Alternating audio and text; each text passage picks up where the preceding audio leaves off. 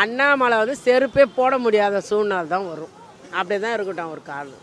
இதெல்லாம் வந்து பைத்தியக்காரத்தனம். இது இந்த படிக்காதவன் அந்த ஆள் படித்த முட்டாள். அவர் உண்மைக்குமே படித்த முட்டாள்னு சொல்லலாங்க.